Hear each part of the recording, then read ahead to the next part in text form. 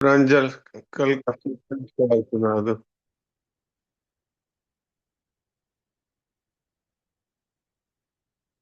नारायण। नारायण नारायण। नारायण। जिनमें बहुत सहनशीलता होती है वो जीवन में बहुत जरूरी है। जिस प्रकार तिरुवल्लुवर एक संत थे, उनमें थी। असली धर्मात्मा वही है जो सेवा करे और बदले में कुछ न चाहे। खुशियां बांटने से ही खुशियां मिलती है। जब मन बदलता है तब जीवन बदलता है। धर्म का वास्तविक स्वरूप अंतःकरण का परिवर्तन है। ईर्ष्या कभी नहीं करनी चाहिए। जो संसार को सच मानता है वो जीते जी भी दुखी रहता है और अशांत रहता है और मरने के बाद भी नरक में जाता है। और जो संसार के अभाव को जान जाता है वो जीते जी भी शांति से रहता है और सुख में रहता है और मरने के बाद भी उसे भगवत प्राप्ति होती है। हिंदुओं में एकता की बहुत जरूरत है।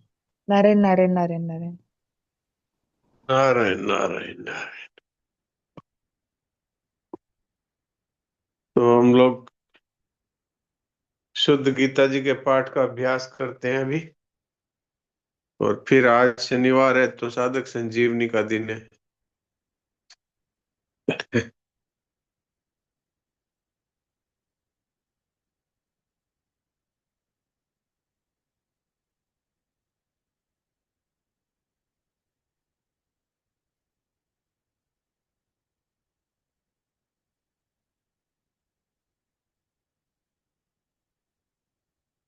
तो आज है 5वें अध्याय का 21वां श्लोक।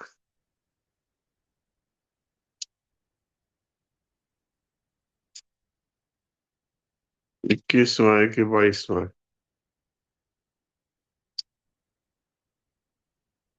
22वां है।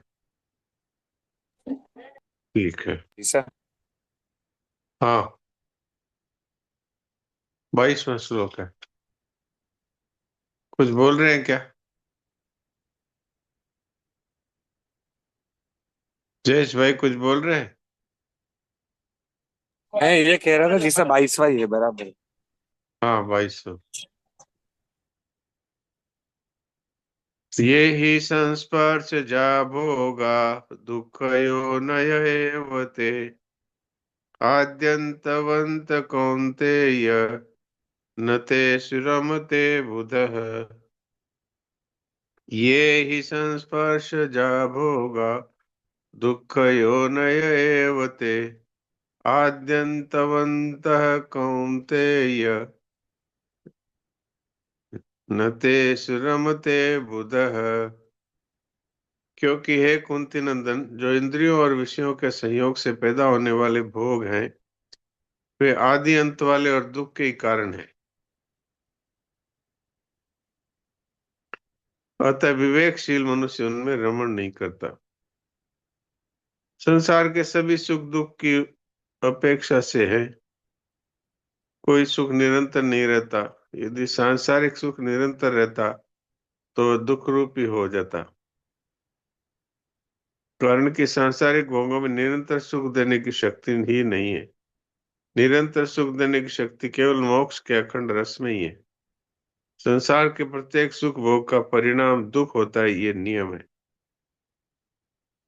सांसारिक सुख मिलने और बिछड़ने वाला है, क्योंकि स्वयं जो का तो निरंतर रहने वाला है। सांसारिक सुख स्वयं का साथी नहीं है, इसलिए विवेकी साधक सांसारिक सुख भोगों की प्राप्ति में सुखी और अप्राप्ति में दुखी नहीं होता।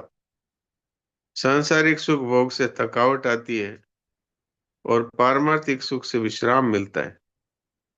सांसारिक सुख सापेक्ष और पारमार्थिक सुख निरपेक्ष है। जब मनुष्य को नींद आती है तो वह बड़े से बड़े सांसारिक सुख का भी त्याग करके सो जाता है।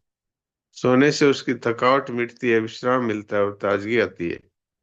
यदि वह सोए नहीं तो पागल हो जाए। तात्पर्य है कि सांसारिक सुख का त्याग किए बिना मनुष्य रह सकता ही नहीं।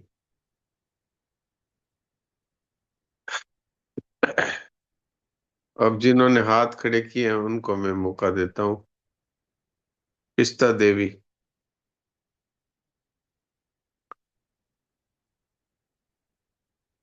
नारायण नारायण जी सर। नारायण। श्लोक नंबर 22।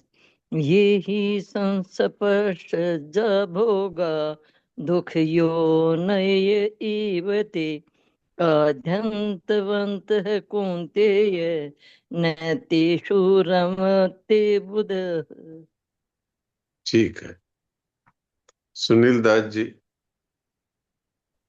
राम राम महाराज जी। राम राम। ये ही संस्पर्शजा भोगा दुख योनयेवते आद्यन्तवन्तः कौन्तेय न तेषु रमते बुद्धः। ठीक है, अच्छा। प्रणाम महाराज। प्रणाम। गायत्री मुंद्रा। नारायण नारायण। नारायण। ये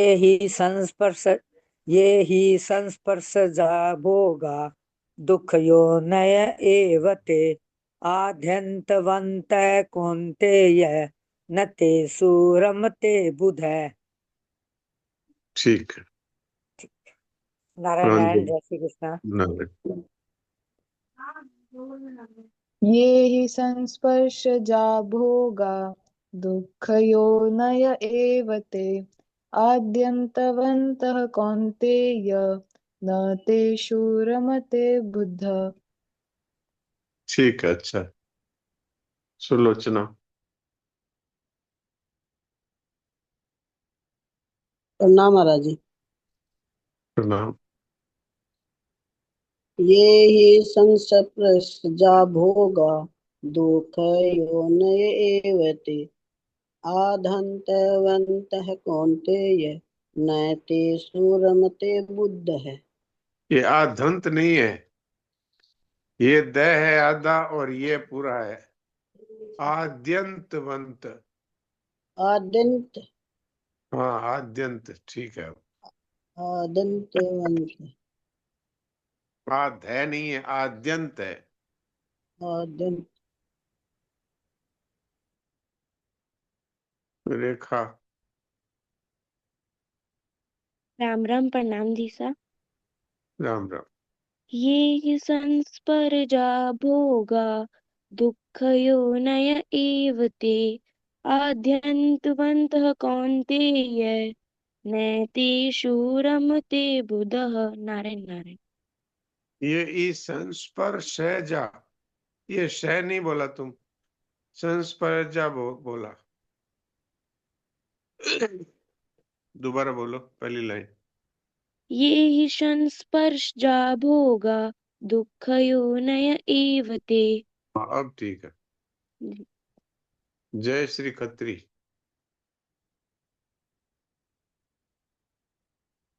बोलिए। नारायण नारायण। नारायण। ये हि संस्पर्शा भोगा दुःखयोनय एव ते आद्यान्तवन्तः कौन्तेय न तेषु रमते बुधः। नारायण नारायण। क्या आपका अच्छा। नारायण नारायण। ज्योति। राम प्रणाम जी सा। राम राम। ये ही संस्पर्शजा भोगा दुःखयोनय एव ते आद्यन्तवन्तः कौन्तेय न ते सुरमते बुधः। अच्छा है, शुद्ध है आपका पाठ।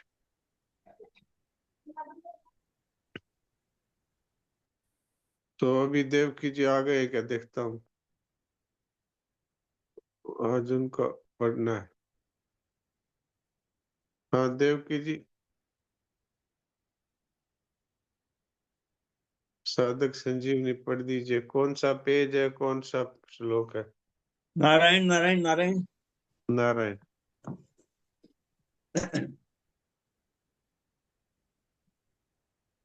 ये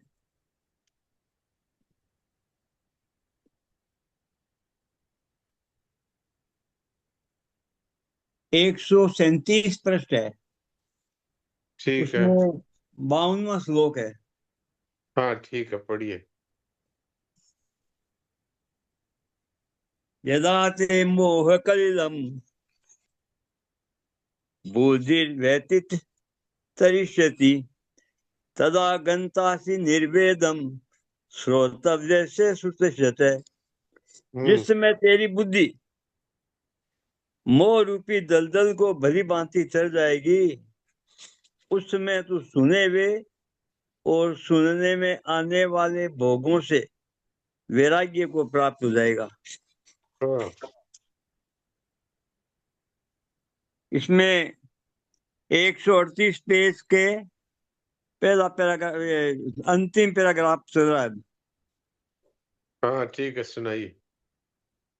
मोह रूपी कलील से तरने के दो उपाय हैं।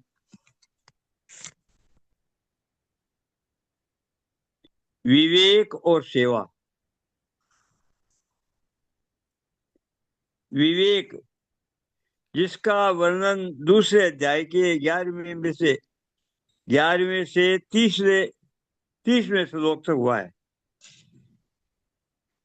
विवेक तेज होता है तो वह असत विषयों से अरुचि करा देता है। मन में दूसरों की सेवा करने की, दूसरों को सुख पहुंचाने की धुन लग जाए तो अपने आराम का त्याग करने की शक्ति आ जाती है। दूसरों को सुख पहुंचाने का भाव जितना तेज होगा, उतना ही अपने सुख की इच्छा का त्याग होगा। जैसे शिष्य की गुरु के लिए, पुत्र की माता पिता के लिए, नौकर की मालिक के लिए सुख पहुंचाने की इच्छा हो जाती है, तो उनकी अपने सुख आराम की इच्छा स्वतः सुगमता से मिट जाती है। ऐसे ही कर्मयोगी का संसार मात्र की सेवा करने का भाव हो जाता है, तो उसकी अपने सुख भोग की इच्छा स्वतः मिट जाती है। हाँ, तो ये इस श्लोक में हमने ये बात पढ़ी कि परमात्मा की प्राप्ति अथवा मोक्ष की प्राप्ति का क्या तरीका है और उसमें क्या बाधा है। तो इसमें एक बाधा तो बताई, मोह कलिल। कलिल कहते हैं कीचड़ को। और दूसरी बाधा आगे के श्लोक में आएगी, वो है शास्त्रों का दलदल। तो इस श्लोक में मोह रूपी दलदल, कीचड़ की बात कही है। तो भगवान कहते हैं अर्जुन से कि तुम्हारी बुद्धि में मोह रूपी दलदल भर गया है, अर्थात तुम्हारी बुद्धि मोह रूपी दलदल में फंस गई है। मोह क्या था अर्जुन को कि भगवान ने ले जाके रथ दोनों सेनाओं के बीच में खड़ा किया, तो सामने देखा कि मेरे ही भाई खड़े हैं और दादाजी खड़े हैं, भीष्म जी, और गुरु जी खड़े हैं, और अपने ही सारा परिवार खड़ा हुआ देखा।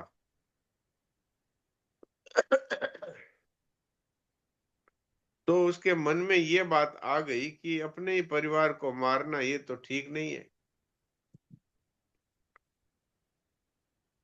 तो भगवान कहते हैं कि ये मोह रूपी दलदल है।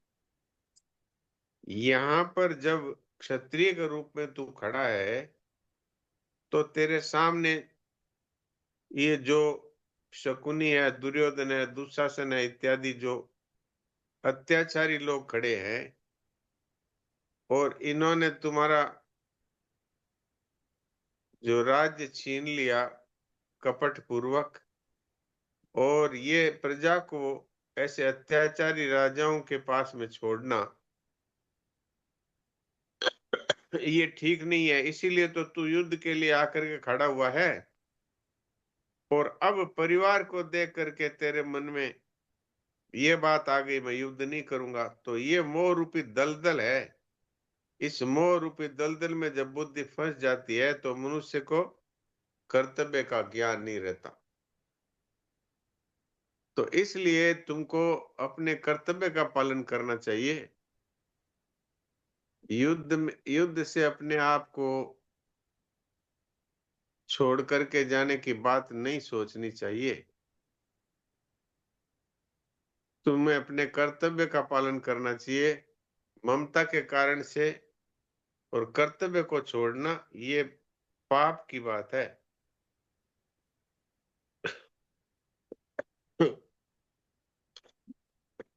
शरीर में ममता करना, परिवार में ममता करना, ये कल्याण का रास्ता नहीं है।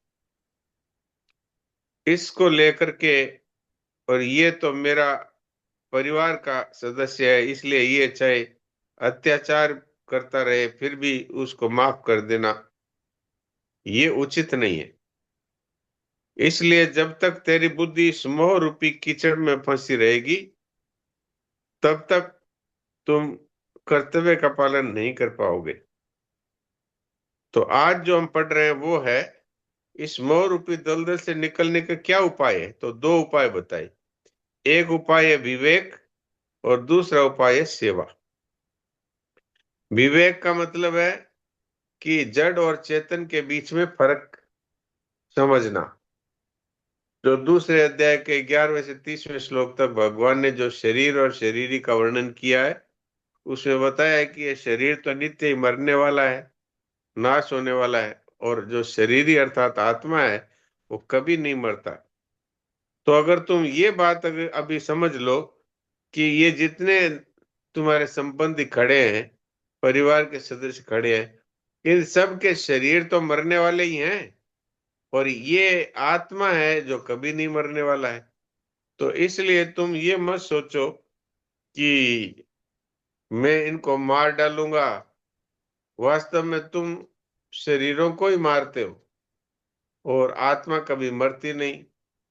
और न्याय के लिए युद्ध करना ये क्षत्रिय का धर्म है। तो ये अन्यायी लोग हैं, तो इनसे युद्ध करके, और अगर तुम मर गए तो स्वर्ग को जाओगे, और अगर तुम जीत गए तो प्रजा को अत्याचार से मुक्त करने के पुण्य से तुम पुण्यवान हो जाओगे। तो इसलिए एक उपाय तो है विवेक, कि जो मर रहा है वो शरीर है, आत्मा कभी मरती नहीं। इसलिए तुम ये मत सोचो कि मैं इनको मार डालूंगा। और दूसरा है सेवा। तो मनुष्य अगर दूसरों की सेवा करने की बात सोचे तो उसको अपने स्वरूप का ज्ञान हो जाता है, और अपने कर्तव्य का पालन करता है तो भी अपने स्वरूप का बोध हो जाता है। और विवेक पूर्वक अगर सोचेगा तो ये मोह रूपी दलदल से तू तर जाएगा। तो इसमें दो बातें बताई, एक तो विवेक का उपयोग करके और तुम इस दलदल से तर जाओ, और दूसरा ये है कि दूसरों के सेवा की दृष्टि से और अगर तुम कार्य करोगे तो अपने सुख की इच्छा नष्ट हो जाएगी। इस तरह से भी तुम संसार रूपी दलदल से तर जाओगे। जी, आगे का पैरा पढ़िए। हाँ, विवेक विचार के द्वारा अपनी भोगेच्छा को मिटाने में थोड़ी कठिनता पड़ती है, कारण कि अगर विवेक विचार अत्यंत दृढ़ न हो तो वह तभी तक काम देता है जब तक भोग सामने नहीं आते। जब भोग सामने आते हैं तब साधक प्राय उनको देखकर विचलित हो जाता है, परंतु जिसमें सेवा भाव होता है उसके सामने बढ़िया से बढ़िया भोग आने पर भी वह उस भोगों को दूसरों की सेवा में लगा देता है। अतः उसकी अपने सुख आराम की इच्छा सुगमता से मिल जाती है। इसलिए भगवान ने सांख्य योग की अपेक्षा कर्मयोग को श्रेष्ठ, यानी कि 5वें अध्याय का दूसरा श्लोक, सुगम 5वें अध्याय का तीसरा श्लोक एवं जल्दी सिद्धि देने वाला बताया है 5वें अध्याय का छठा श्लोक। अब ये कोई कह सकता है कि भाई दूसरों की सेवा करने से अपने सुख की इच्छा कैसे मिट जाएगी? तो यहाँ पर स्वामी जी महाराज कहते हैं कि जब मनुष्य सेवा करने लगता है, अर्थात जैसे माँ है, उसके मन में ये बात आ जाए कि भाई ये बच्चा है, वो पेशाब कर लिया और ये अभी सो रहा है गीले में, तो वो स्वयं गीले में सो जाती है और उसको सूखे में सुला देती है। ऐसे कोई शिष्य है, वो गुरुजी को सुख देने के लिए अपने सुख का त्याग कर देता है। ऐसे ही कोई श्रवण कुमार की तरह जो माता पिता को सेवा करने वाला कोई पुत्र है, तो माता पिता के सुख के लिए अपने सुख का त्याग कर देता है। ऐसे कोई सेवा करने वाला नौकर है, तो मालिक के सुख के लिए अपने सुख का त्याग कर देता है। तो दूसरों को सुख देने के भाव से अपने सुख की इच्छा का त्याग सरलता से होता है, और विवेक विचार के द्वारा भोगों की इच्छा मिटाने की कोशिश करने पर कभी कभी आदमी फिसल जाता है। लेकिन जब वो सेवा का भाव उसमें हृदय में आ जाता है, तो फिर उसके सामने बड़ा से बड़ा सुख आए तो भी वो दूसरों की सेवा में लगाने के लिए उस सुख का त्याग कर देता है, और स्वयं जो है वो सुख छोड़ करके दूसरे को सुख देता है। तो ये एक विशेष बात बताई विवेक की और सेवा की। जी आगे। तदा गंतासी निर्वेदम श्रोतव्य से श्रुत। मनुष्य ने जितने भोगों को सुन लिया है, भोग लिया है, अच्छी तरह से अनुभव कर लिया है, वे सब भोग यहाँ श्रोतस्य पद के अंतर्गत है। स्वर्गलोक, ब्रह्मलोक आदि के जितने भोग सुने जा सकते हैं, वे सब भोग यहाँ श्रोतव्य से के पद के अंतर्गत आते हैं। अब तेरी बुद्धि मोह रूपी दलदल को तर जाएगी।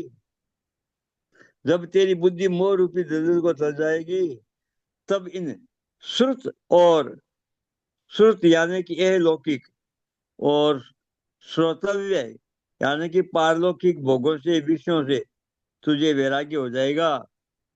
तात्पर्य है कि जब बुद्धि मोह रूपी मोह कलिदल को तर जाती है, तब बुद्धि में तेज तेज का विवेक जागृत हो जाता है, और संसार प्रतिक्षण बदला है और मैं वहीं रहता हूँ। अतः इस संसार से मेरे को शांति कैसे मिल सकती है, ऐसा मेरा अभाव कैसे मिट सकता है। तब श्रुत और श्रोतव्य जितने विषय हैं, उन सब से स्वतः वैराग्य हो जाता है। अब ये वैराग्य की बात यहाँ पर कही है कि जब तक मनुष्य का भोगों में आकर्षण रहता है, तब तक इसको कहते हैं राग। और यहाँ वैराग्य की बात कह रहे हैं। सुनील दास जी क्या कहते हैं, बोलिए। हाँ महाराज जी, राम राम। महाराज जी, राम। वो कल वाला प्रश्न अशांत बनाया हुआ है महाराज जी, उसका उत्तर आ नहीं रहा है। वो जो हम होनेपन का जो जानकारी हमें है, वो कारण सापेक्ष है। कारण सापेक्ष है, और जब हम सो जाते हैं तो फिर तो मन बुद्धि तो लय हो जाता है, तो फिर हम लोग को जानकारी कैसे हो जाता है? ठीक है। हरिओम जी का भी ये प्रश्न है। जी हाँ उन्हीं का हरिओम, प्रश्न। आप भी बोल दीजिए हरिओम जी। हरिओम जी आप सुन रहे हैं? हाँ।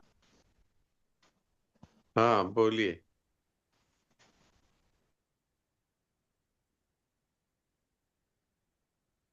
क्या हरिओम जी आप बोल नहीं पा रहे? मैं हाँ आपको। हरिओम। हाँ हाँ प्रणाम बोल। डॉक्टर साहब। प्रणाम।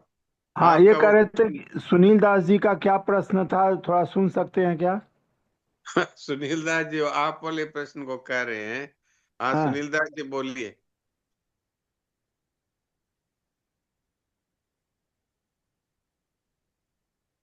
राम राम महाराज जी, राम। राम राम। महाराज जी, वही कि हम जो हमारा होनेपन का जो जानकारी है वो करण हाँ सापेक्ष है। हम हाँ करण सापेक्ष से थोड़ा जानते हैं। और जब सो जाते हैं तो मन बुद्धि तो अज्ञान में लीन हो जाता है।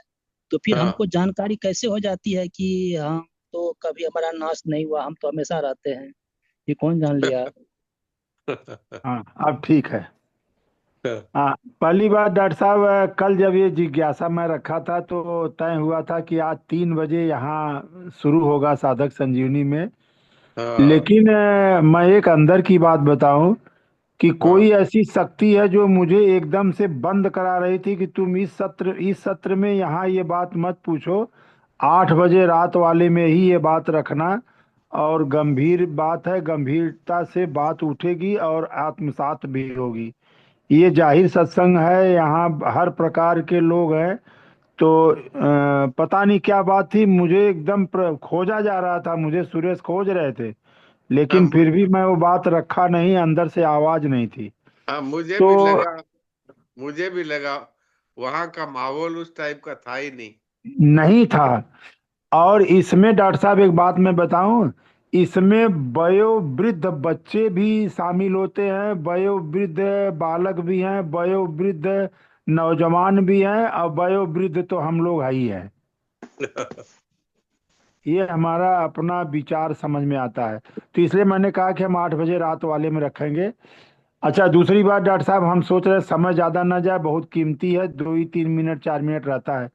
मेरा ये कहना है कि एक ज्ञान हमारा बुद्धि के साथ वाला है, जो इस जगत का ज्ञान हमको होता है, विवेक द्वारा भी होता है बुद्धि से, और बुद्धि का कर्णों के माध्यम से भी होता है। इंद्रियों के द्वारा, मन के द्वारा बुद्धि से पक्का होता है, और विवेक द्वारा भी हमको जिज्ञासा का भी ज्ञान होता है बुद्धि से। तो ये तो करण सापेक्ष है। और जैसा कि इन्होंने कहा कि नींद में चले जाने के बाद अपने सुख से सोने पने की बात कौन बताता है, तो वो भी जो है करण निरपेक्ष है। और अपना होनापन जैसे हमको करण निरपेक्षता से मालूम होता है, वैसे वो सुख से सोया भी होता है। लेकिन हमारा प्रश्न एक दूसरा है।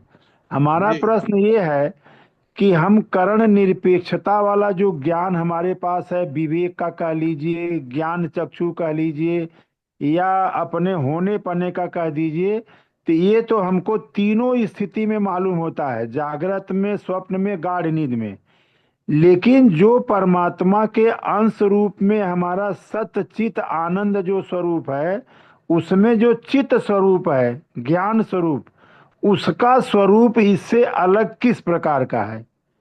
जो हमारा ज्ञान स्वरूप है अभी, उसके अतिरिक्त हमारा जो सतचित आनंद में चित स्वरूप जो ज्ञान है, वो इससे कैसा अलग है?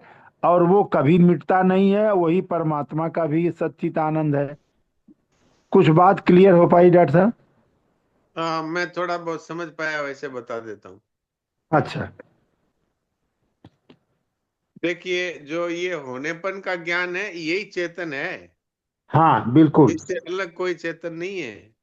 अच्छा। होनेपन का जो हमारा ज्ञान है वो नींद में भी ज्यों का त्यों ही रहता है, गहरी अच्छा। नींद में भी ज्यों का त्यों ही रहता है। क्योंकि आदमी जग करके ये कहता है कि मैं बड़े सुख से सोया। उस समय तो उसको कोई पता नहीं था, क्योंकि उस समय में वो कह नहीं सकता था, क्यों न इंद्रियां थी, न मन था, न बुद्धि थी। कर्ण सारे के सारे अज्ञान में लीन हो गए थे। लेकिन वो जग करके कहता है कि मैं बड़े सुख से सोया। दूसरा, वो ये तो आनंद का अनुभव भी हुआ, सुख से सोया इसका अर्थ है। और चेतन भी है, क्योंकि उसको ज्ञान हुआ कि सुख से सोया। और जागने के बाद में वो ये अनुभव नहीं करता कि 6 घंटे मेरा अभाव हो गया था। इससे मालूम होता है वो सत्य भी है, यानी उसका नाश नहीं हुआ, उस समय हाँ में बिल्कुल। अभाव नहीं हाँ। हुआ।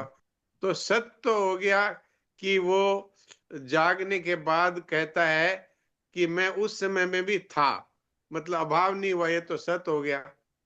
और उसको मैं सुख से सोया, तो ये आनंद हो गया। और उस सुख का जो ज्ञान हुआ बिना किसी कारण के, ये हुआ चेतन। तो सत चित आनंद तीनों वो गहरी नींद में भी ज्यों का त्यों ही था। ये है। अब आप इसको समझ पाए क्या? नहीं समझ गया, लेकिन अब यहाँ ये है कि जीवन मुक्त महापुरुष सदैव अपने विवेक में रहते हैं और सतचित आनंद में रहते हैं, और हम घुल मिल क्यों जाते हैं? क्या मैं पकड़ने के कारण चले जाते हैं या स्वभाववश? नहीं, हमने इस शरीर को और संसार को सत्य मान लिया, इसलिए उस सत्य असत को सत्य मानने के कारण जो वो अज्ञान का आवरण है, उससे वो हमारा सच्चिद आनंद स्वरूप ढका हुआ रहता है। आज इसी क्षण मेरा कुछ नहीं है, मुझे कुछ नहीं चाहिए, मैं कुछ नहीं, तो वो जो का त्यों पहले से ही है, वो प्रकट हो जाता है और कुछ नहीं है। और महापुरुषों में विवेक नहीं रहता, बल्कि विवेक है वो ज्ञान के रूप में परिणित हो जाता है। तो इसलिए विवेक में तो क्या है कि ऐसा रहता है कि ये असत है और ये सत है। वहां असत और सत दोनों ही रहते, सत ही रहता है केवल। इसलिए विवेक है वो साधक के अंदर है, और तत्वज्ञानी महापुरुषों में फिर वो तत्व ज्ञान में परिणित हो गया, अर्थात वहां अहम का अभाव हो गया, केवल सच्चिद आनंद स्वरूप ही रह गया। अच्छा, जब तक अहम रहता है तभी तक विवेक का कार्य हाँ बुद्धि के द्वारा होता हाँ रहता है। जैसे हाँ, ही असत का त्याग हुआ, संबंध बस विच्छेद हो गया, तो वो विवेक ज्ञान में परिणित हो गया। वो ज्ञान में परिणित हो गया, वो अखंड ज्ञान है वो। अच्छा अच्छा। वहां पर जैसे हम सो करके उठते हैं तो मैं हूं इस तरह का अनुभव करते हैं, और सत असत का विवेक करते हैं। वहां पर सत असत का विवेक नहीं रहता, वहां पर सत ही रहता है, क्योंकि वहां कोई है ही नहीं जो सत और असत को अलग अलग जाने। वहां तो इसका एक मतलब ये है कि तत्व ही है। इसका मतलब ये है कि हम लोग जो मैं पना में रहते हैं, तो हाँ हमारी काल बाधित जागृत स्वप्न सुषुप्ति तीनों स्थिति बनती है। जीवन हाँ मुक्त महापुरुष में ये स्थिति होती ही नहीं होगी। हाँ, वह वहां सब अच्छा समय ठीक। वर्तमान ही है। तो मतलब वो गुणातीत ही रहते हैं सब दशा में ही। हाँ, सब दशा में। जी इसलिए ठीक है कहते एकदम। हैं कि जागृत सुषुप्ति क्या है, जिसमें जागृत अवस्था में और सुषुप्ति में और स्वप्न में, तीनों अवस्थाओं में ज्यों का त्यों एक स्वरूप ही रहता है, सच्चिद आनंद। तो वहां इसका पर मतलब ये ऐसी भी हो गया नहीं। डॉक्टर साहब, इसका हाँ जी, मतलब ये भी हो गया कि जीवन मुक्त महापुरुष में भविष्य भूत और वर्तमान तीनों दशा भी नहीं होती होगी। हाँ, बस वहां पर एक वर्तमान ही है सब। सदैव प्रकाश में। हाँ, सदैव भूत बहुत भविष्य सही डॉक्टर साहब। वर्तमान, वो संसार की सापेक्षता से जब बात करते हैं तो बता सकते हैं कि आज से 20-30 वर्ष पहले ये घटना हुई थी, वो हाँ संसार हाँ। को समझाने के लिए संसार की भाषा में। लेकिन वास्तव में वो कालातीत ही होता है उनका स्वरूप। जी बिल्कुल। अच्छा, इसीलिए इसीलिए कहा जाता है कि जीवन मुक्त महापुरुष और भगवान की दृष्टि में संसार नहीं है। हाँ बिल्कुल। हाँ वहां ठीक तो करें। वहां तो संसार अहम में रहने से ही संसार है। है। अहम में ही ये पूरा संसार भरा हुआ है। इसीलिए ये एकदम